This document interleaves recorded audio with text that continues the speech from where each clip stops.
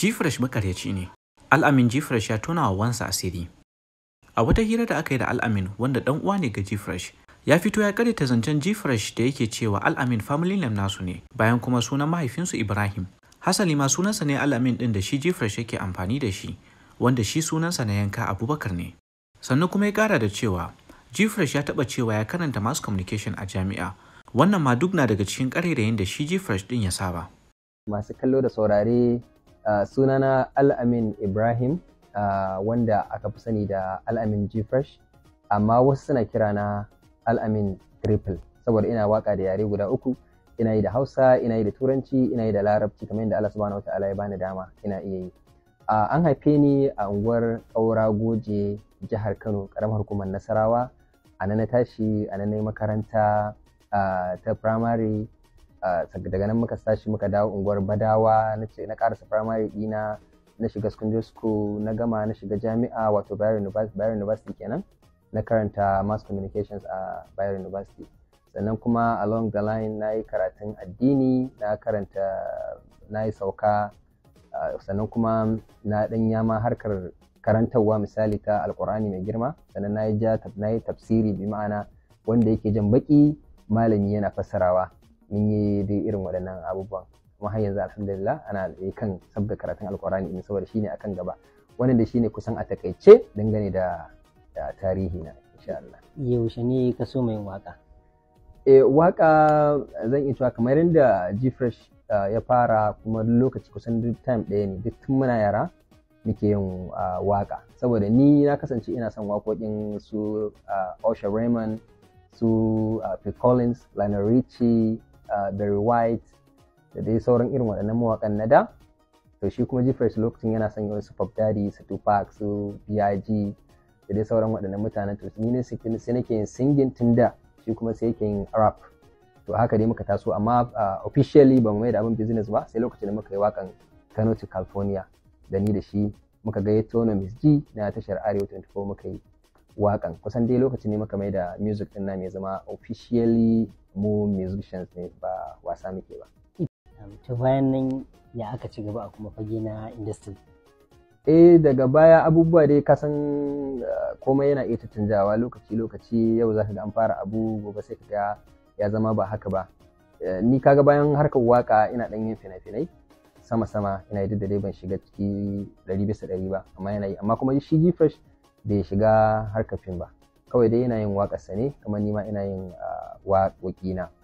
Sai kuma da lokaci ya kawo yanzu TikTok ta zo, shi G-Fresh Allah ya sa mutane suka gane shi, suka bibiyar sa akan TikTok, wanda ni zan iya cewa ma kwanan nan ma na buɗe nawa na fara, saboda akwai abubuwa da dama da suka yi dan shashamin kai, ban ma dinga yi. Yanzu haka ma bana yin posting sosai saboda ni akwai wasu abubuwa da nake yi dai sosai, sabanin shi G-Fresh din ya fi samun lokaci da yake wannan abubuwan sosai da sosai. Mutane na yin tambaya game da shi G-Fresh a wannan dandali na TikTok. Wasu ma na cewa ba ku da alaka, wasu kuma na ce suna da alaka, ko kuma ana ganin kamar akwai bambanci a tsakanin ku, menene? Alaka sosai ma ko alaka ta da shi, saboda yayana ne uwa ɗaya uba ɗaya. Kawai dai ɗabi'u ne kowa da irin nashi. Hasali gaskiya tsakani da Allah, ba za a ce kowa ya cika daidai ka 100% ba. Akwai kowa yana da irin nashi dan matsalolin, amma kuma tsakani da Allah abubuwan G-Fresh da yawa bana son su, bana jin daɗin su, saboda in dan uwanka yana abu mai kyau zaka ji daɗi, idan yana abu mara kyau ma zaka ji baka jin daɗin haka. To shi na sha gaya masa abubuwa da dama, irin nasiha da dai sauransu, amma kuma cikin ikon Allah shi gaskiya baya ɗaukan nasiha, baya ɗaukan magana, sai dai ya ji a jikin shi. Idan an gaya masa abu bai gane ba, to amma jikin shi yana wani lokaci kan gaya masa, sai kuma ya zo ya ɗauki maganar. Don shi kusan kowa baya jin maganarsa. Idan yana so ya abu, kawai zai je ya yi abinsa. Mafi akasari kuma yana ta faɗan abubuwa a TikTok waɗanda da yawansu ba gaskiya yake faɗa ba, da yawansu ƙarya yake faɗa, kuma shi ma ya san ƙarya yake faɗa. To ni kuma tun muna yara, tun muna tasowa, Allah ya jarrabe ni da na tsani ƙarya a rayuwata. Na mugun tsanar, dan mutum ya min ƙarya ɗaya min biyu, zan raba gari ni da shi, ba zan ƙara shiga harkarsa ba na son ƙarya. Wahalar da ni makareci yake, makareci na mugun wahalar da ni. To shi ya ɗora wa kansa ƙarya sosai, ni kuma na tsani ƙarya. To wannan yasa abubuwan mu ba sa tafiya sosai da sosai yanda ya kamata. saboda shi ga layin da ya ɗauka, ni kuma ga layin. Saboda idan mutum ya zama makareci ba zai ce Allah ne ya ɗora mai ya zama makareci ba, shi ya ɗora wa kansa.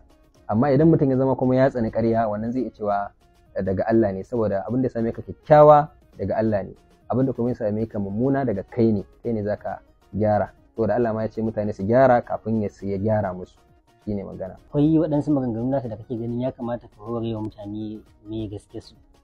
Kaga kaman abu na farko, duk abubuwan da yake faɗa tun da ya fara TikTok din, abubuwan da yake ta faɗa wanda duk ba gaskiya yake faɗa ba, to amma ba abin da ya shalle ni ba, abin da ya daman, ban taɓa fitowa ma na yi magana akan su ba.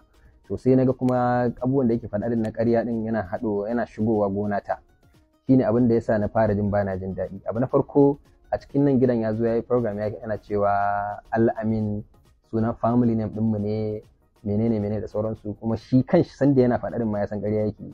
Ba wani family name, ba wani mutumi. A BBC ma na ja cewa sunan kakanmu ne Al-Amin din ake ce, yasa ake cewa Al-Amin kaza Al-Amin kaza, shi yasa ya zama Al-Amin G-Fresh.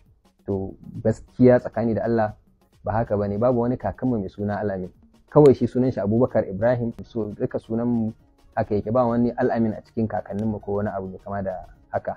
Ya zo ya kafa wannan ya ce Al-Amin sunan shi ne, ba sunan shi bane ba, sunana ne kawai, dai mutane ne suka ɗauke shi haka. Ni kuma tunda ina ta kallo abin yana ta man nishaɗi, bana wani magana in ce kaza. Sai da na ji ya shigo gona ta ne, sai na zo na fara magana akai. Kuma a BBC ma ya je na cewa ya karanta mass communication, wanda kuma shi ma ba haka bane ba. Ni ne na karanta mass communication a BUK, shi daga secondary karatun sai tsaya, bai je ya yi karanci wani mass communication ba, kawai ya je ya faɗa ne. Ni ba na son ƙarerayin da yake, babu daɗi. Abin da yasa nake faɗa a media, shi ma a media ya faɗa. Da a ce ba a media ya faɗa ba, ni ma ba zan faɗa a media ba. Idan mutum bai ji kunyar ƙarya ba, kai bai kamata ku ji kunyar yin faɗar gaskiya ba. Da mai ƙarya da mai gaskiya, wanne ne kamata ya ji kunya, wanne ne kamata ya fito ya magana? Ina ganin mai gaskiya ne kamata ya fito ya magana, makareci shi kuma bai kamata ya magana ba. Wannan shi ne.